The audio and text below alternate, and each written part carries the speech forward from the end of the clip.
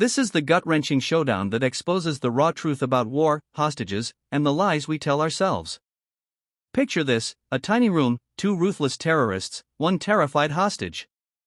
Doors locked. Lives on the line. Now, how the hell do you get that innocent out alive without turning it into a bloodbath? That's the explosive question ripping through this debate, and it's about to blow your mind.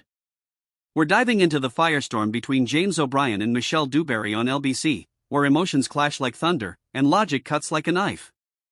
Buckle up, this isn't just talk, it's a brutal reality check on Israel's Gaza moves, Hamas horrors, and the myth of a hostage rescue.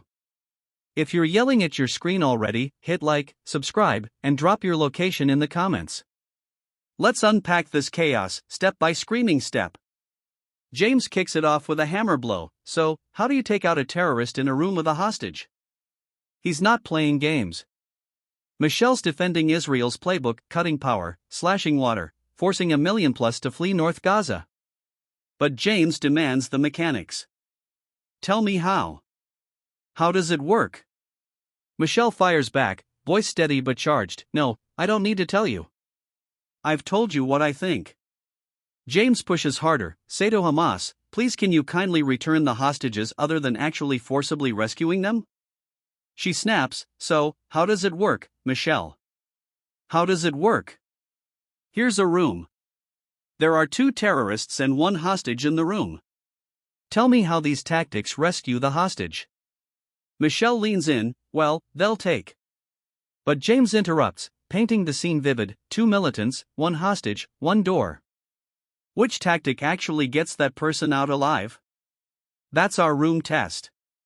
At 5:11 in the clip, the vibe flips from heart-tugging sobs to cold, hard how to. Before we shred this further, shout out where you're tuning in from: London? Tel Aviv? New York? And smash that like button, subscribe so you catch the next bombshell. Here's the brutal challenge: if you slam the power grid, choke off water, and scream evacuate to masses, what's the crystal clear path to a breathing hostage stumbling free? If your tactic can't link to pinpoint intel, sealing off the bad guys, storming in controlled, and yanking the victim out safe, it's bogus. It's vengeance in disguise, not rescue. Drop your take in comments. Can blackouts, thirst traps, and forced marches really be hostage rescue? Yes or no? Spill the mechanism.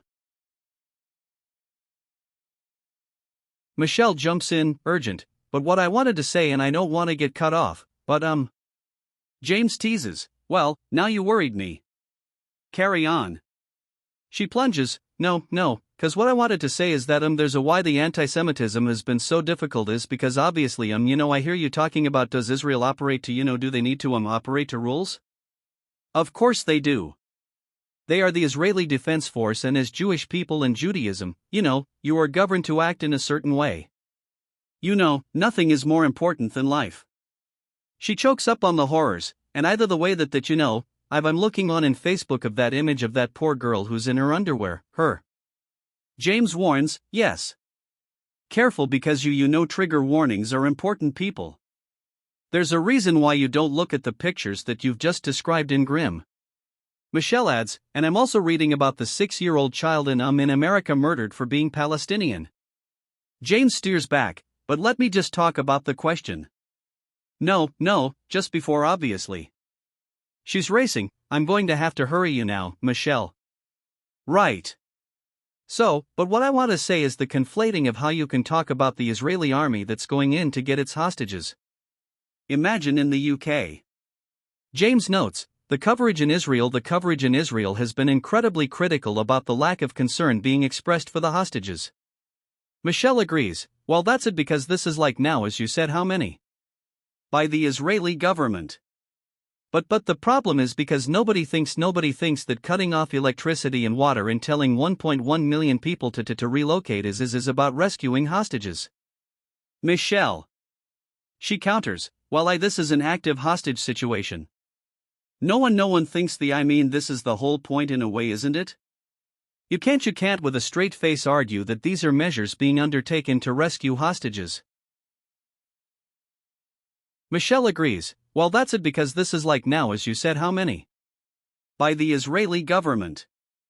But the problem is because nobody thinks that cutting off electricity and water and telling 1.1 million people to relocate is about rescuing hostages. Michelle. She counters, well, this is an active hostage situation. No one thinks this is the whole point in a way, isn't it? You can't with a straight face argue that these are measures being undertaken to rescue hostages. I disagree. James, because. So talk me through how it works then. But as a British citizen, imagine if we had people, babies, grandparents, people, James empathizes, I can imagine that. But talk me through how these tactics work. While they're trying, they have to go in on a ground level to try and find where people are and rescue them. That's what's happening. That's why they. So why are they moving 1.1? Why are they moving 1.1 million people? Who?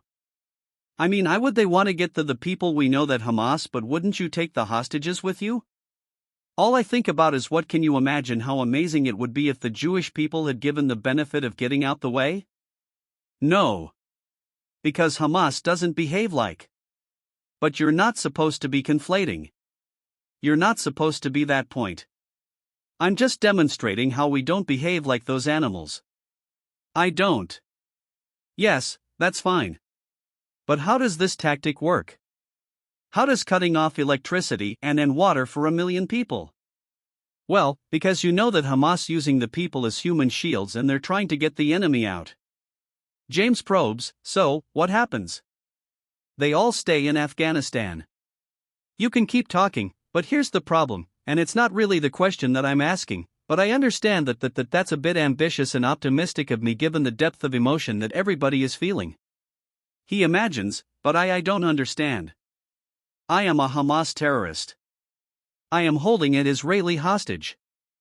I become more likely to peacefully hand that hostage back as a consequence of what Israel is going to undertake in the next few days. I just don't understand how you end up at that conclusion. I understand why you desperately want it to be true, but it sounds absurd.